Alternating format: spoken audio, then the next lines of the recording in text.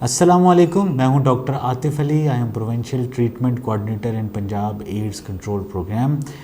आज की हमारी वीडियो का टॉपिक है HIV टेस्टिंग एंड काउंसलिंग।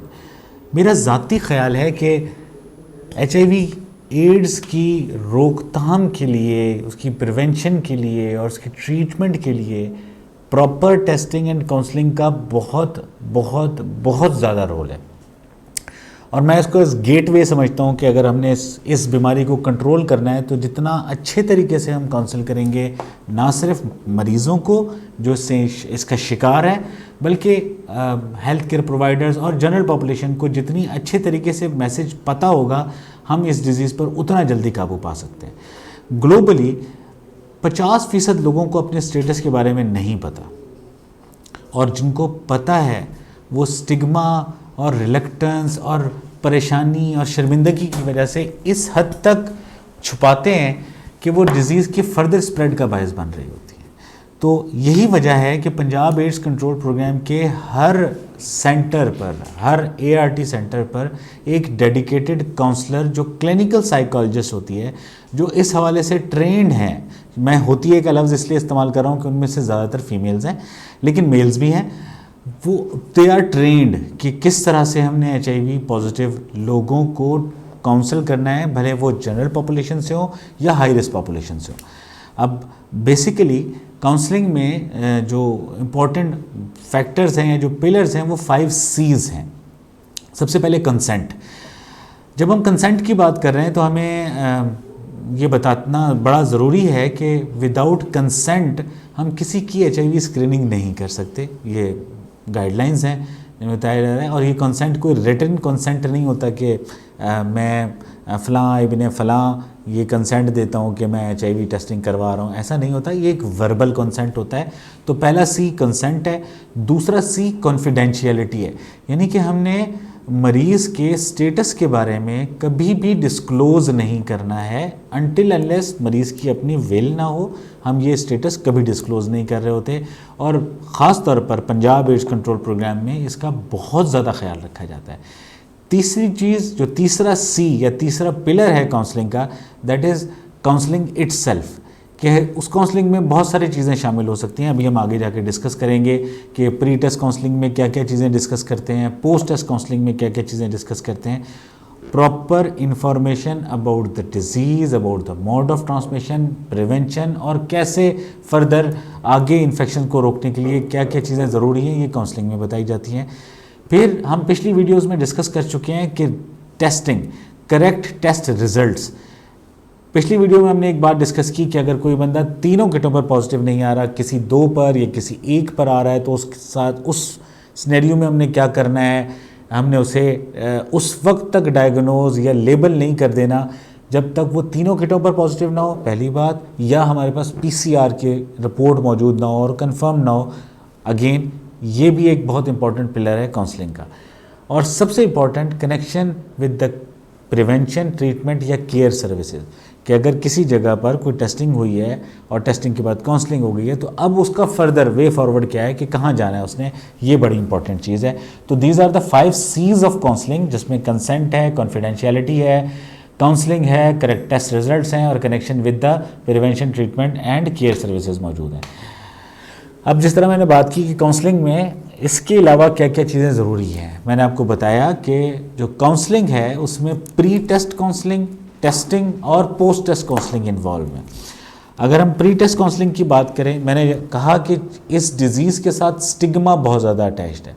लोग, स्टिग्मा का मतलब है एक बदनुमा दाग जो हमारे जहन में मौजूद होता है किसी भी बंदे के बारे में, किसी डिज़ीज़ के बारे में या किसी अमल के बारे में, उसे स्टिग्मा कहा जाता है। स्टिग्मा बहुत ज़्यादा इन्वॉल्व है, इसीलिए काउंसलिंग फैसिलिटी अवेलेबल है, और काउंसलिंग में प्री टेस्ट काउंसलिंग, टेस्टिंग और पोस्ट टेस्ट काउंसलिंग की जाती है, ताकि जो मिथ्स हैं या जो कोई नेगेटिव बातें हैं या कोई मिसकंसेप्शंस उन्होंने बनाई हैं उनको हम क्लियर कर सकें। तो प्री टेस्ट काउंसलिंग में क्या क्या चीज़ें ज़रूरी हैं, किसी भी काउंसलिंग सेशन में ये चीज़ें बहुत इंपॉर्टेंट होती हैं। सबसे पहले रेपो बिल्डिंग। रेपो बिल्डिंग इसलिए ज़रूरी है कि अनटिल अनलेस आप उस मरीज़ के इतने करीब ना हो जाएं या वो आपको इतना इम्पॉर्टेंट ना समझना शुरू करे, तब तक वो आपसे रियल बातें या जो उसके जहन के अंदर जो मिथ्स हैं वो आपके सामने एक्सपोज नहीं करेगा जब तक आपकी अच्छी रेपो बिल्डिंग नहीं होगी, और इसी रेपो बिल्डिंग के साथ आप उसे कॉन्फिडेंशियलिटी एश्योर कराते हैं, और ये सब चीज़ें हमारे सेंटर पे मौजूद counsellors they are well trained in that.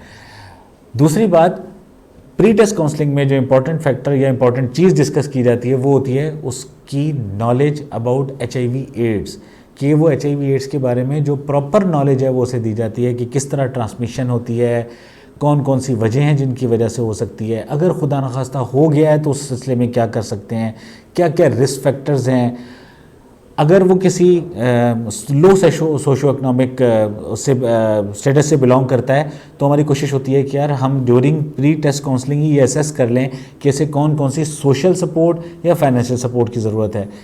During pre test counselling, भले वो अभी चूँकि टेस्टिंग नहीं हुई है, हम प्री टेस्ट काउंसलिंग की बात कर रहे हैं, इसी दौरान ये भी चीज़ें क्लियर हो सकती हैं कि वो क्या मिथ्स हैं उसके जहन में, क्या मिसअंडरस्टैंडिंग हैं, क्या मिसकॉन्सेप्शंस हैं जिन्हें क्लियर करने की ज़रूरत है, और यहीं पर असेस किया जा सकता है कि पेशेंट इमोशनली किस स्टेट में है। हम में से कुछ क्लिनिकल साइकोलॉजिस्ट, हमारे साथ जो काम करने वाले लोग हैं, वो बाज़-औक़ात एक डिफरेंट स्ट्रेटजी भी बाज़-औक़ात यूज़ करते हैं कि वो स्ट्रेट अवे क्वेश्चन कर लेते हैं कि अगर पॉजिटिव हुआ तो क्या होगा, आपका क्या ख्याल है, आप अगर हुआ तो आपका क्या रिफ्लेक्स होगा। बेसिकली वो असेस करना चाह रहे होते हैं कि यार कहीं वो वायलेंट बिहेवियर के साथ तो नहीं है, कहीं वो सुसाइडल टेंडेंसीज़ के साथ तो नहीं है। तो प्री टेस्ट काउंसलिंग में ये सब चीज़ें देखी जा रही होती हैं और असेस की जा रही होती हैं, और प्री टेस्ट काउंसलिंग में जो सबसे इम्पॉर्टेंट एस्पेक्ट है उसका कंसेंट लिया जाता है कि ये सारे सिनेरियोज़ हैं, हम आपका फ्ला टेस्ट करने लगे हैं, हम आपकी HIV टेस्टिंग करने लगे हैं, हम आपकी सिफिलिस जो STI के लिए कॉमनली टेस्ट किया जाता है वो करने लगे हैं, हम आपकी हेपेटाइटिस B और C के टेस्ट करने लगे हैं, और वर्बल कंसेंट इज़ सफिशेंट। ठीक, उसके बाद अगेन हम डिस्कस कर चुके हैं, टेस्टिंग की बात कर चुके हैं, और फिर post test counselling. Post test counselling में 2 सिनेरियोज़ आएंगे। पहला सिनेरियो यही होगा कि खुदा न खास्ता, अल्लाह सबको अपनी ज़मान में रखे, कि अगर वो पॉजिटिव है तो क्या होगा। इस सिनेरियो में हम जो रिकमेंडेड तरीक़ाकार है, या जो मेरा ज़ाती ख़्याल भी है, यही है कि जजमेंटल हुए बग़ैर हमें डायरेक्टली इन अ न्यूट्रल वे उसे बता देना चाहिए कि आपका ये टेस्ट पॉजिटिव आया है। अब इसी बहुत सारे लोग भड़ास निकाल रहे होते हैं, कोई रोना शुरू कर देता है, फिर मैंने जैसे कहा कि हम पहले असेस करने की कोशिश करते हैं कि यार उसका रिस्पॉन्स क्या होगा, कहीं वो वायलेंट तो नहीं हो जाएंगे, कहीं वो इंतकामी कार्रवाई की तरफ तो नहीं चले जाएंगे, कहीं वो सुसाइडल टेंडेंसीज तो नहीं होंगी। पोस्ट टेस्ट काउंसलिंग में वो सारी चीज़ें क्लियर की जाती हैं, उसे बताया जाता है, उसे क्लियर किया जाता है कि पार्टनर को डिस्क्लोजर कैसे करना है, कौन कौन सी स्ट्रेटजीज़ हैं जिसकी वजह से फर्दर ट्रांसमिशन का रिस्क कम हो सकता है, हेल्दी लाइफस्टाइल को कैसे इंकरेज किया जा सकता है, कहाँ कहाँ से उसे दवाई मिल सकती है, कौन सा तरीक़ाकार है जिसे उसे अडॉप्ट करेगा। तो वो जैसे मैंने पहली वीडियो के शुरू में बताया कि हम उस टीम का पार्ट है जो उन्हें बताते हैं कि उन्हें HIV होने के बाद कोई डेथ सेंटेंस नहीं हो गया है, he can have a normal life, वो शादी कर सकते हैं, वो बच्चे पैदा कर सकते हैं, वो जैसे आम जिंदगी गुजारनी है वैसे गुजार सकते हैं।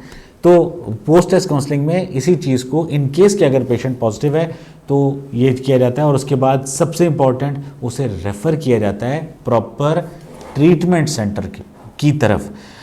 जो पंजाब एड्स कंट्रोल प्रोग्राम के सेंटर्स हैं वहाँ पर चूँकि ज़्यादातर सेंटर्स में, ऑलमोस्ट 95% सेंटर्स में जहाँ टेस्टिंग हो रही है वहीं पर ART सर्विसेज भी मौजूद हैं, यानी कि एंटी रेट्रोवायरल थेरापी सेंटर्स भी वहीं मौजूद हैं, ट्रीटमेंट सेंटर्स भी वहीं हैं। तो इस केस में तो हमारा रेफरल मीन्स कि वहीं हम उसे साथ ही बताते हैं कि यहीं आपकी दवा मौजूद है, सब कुछ है। तो 1 या 2 सेंटर्स ऐसे हैं जहाँ पर सिर्फ VCCT सेंटर्स हैं, और उस सिनेरियो में हम उसे प्रॉपर रेफ़र कर रहे होते हैं। तीसरी बात कि अगर वो नेगेटिव है तो यस, उसी तरह से बग़ैर जजमेंटल हुए उसे रिज़ल्ट डिक्लेयर कर देते हैं, और इस वक्त 2-3 चीज़ों का बड़ा ख्याल रखा जाता है। जैसे हम पहले लास्ट वीडियो में डिस्कस कर चुके हैं कि विंडो पीरियड को देखा जाता है। अगर एक्सपोजर एक ख़ास वक्त पर 72 घंटे के अंदर हुआ है और पोटेंशियल एक्सपोजर है तो फिर हम पोस्ट एक्सपोजर प्रोफाइलेक्सिस उसे रेफ़र करते हैं, प्रिस्क्राइब करते हैं या देते हैं। और अगर वो हाई रिस्क बिहेवियर से बिलोंग करता है, यानी कि उसका एक्सपोजर मल्टीपल टाइम मल्टीपल जगहों के साथ हो रहा है, जैसे खुद एट द मोमेंट हम शुरू में ये बात डिस्कस कर चुके हैं कि इस वक्त ये डिज़ीज़ सिर्फ हाई रिस्क पॉपुलेशन में है। हाई रिस्क पॉपुलेशन का मतलब वो लोग जो अपने बिहेवियर की वजह से या अपने प्रोफेशन की वजह से बार बार एक्सपोज हो सकते हैं, भले वो सेक्स वर्कर्स हैं या वो इवन कुछ जगहों पर हमारे डॉक्टर्स या हेल्थ केयर प्रोवाइडर्स भी हैं। तो ऐसे लोगों को हम पहले से इन्फॉर्म कर रहे होते हैं और बता रहे होते हैं। तो ये पोस्ट टेस्ट काउंसलिंग में होता है अगर इन केस कि अगर वो नेगेटिव हो। उसके बाद जब पेशेंट ट्रीटमेंट पर आ जाता है, चूँकि इस बीमारी के लिए anti retroviral therapy for rest of the life खानी है, पूरी ज़िंदगी दवाई खानी है, तो यहाँ उसे काउंसल किया जाता है कि वो ट्रीटमेंट के साथ एडहेयर रहे। ज़्यादातर केसेस में क्या होता है, जैसे ही मरीज़ आता है उस वक्त वो थोड़ी सी क्रिटिकल कंडीशन में होता है, कम और जैसे जैसे वो दवाई लेना शुरू करता है उसकी तबीयत बेहतर होती है, तो वो समझता है कि जैसे बाकी बीमारियों के लिए दवाई छोड़ दी है तो इसकी भी छोड़ देते हैं। लेकिन इस सूरत में रेजिस्टेंस पैदा होने के चांसेस बहुत ज़्यादा होते हैं और दोबारा उसकी कंडीशन ज़्यादा वर्स हो जाती है, फिर हमें ज़्यादा दवाइयाँ देने पड़नी ज़रूरत पड़ती है। तो हम इनकरेज करते हैं हर दफ़ा जब वो फॉलोअप विज़िट पर अपनी दवाई दोबारा लेने के लिए हमारे ART सेंटर पर आते हैं तो हम उन्हें दोबारा काउंसलिंग करते हैं ताकि वो दवा के साथ अडेयर रहें और अपनी ज़िंदगी बेहतर तरीके से गुजार सकें। तो बहुत बहुत शुक्रिया आपका, अपना ख्याल रखें और मैं फिर आपसे कहूँगा कि मर्ज़ से नफ़रत करनी है, मरीज़ से नफ़रत नहीं करनी। बहुत शुक्रिया।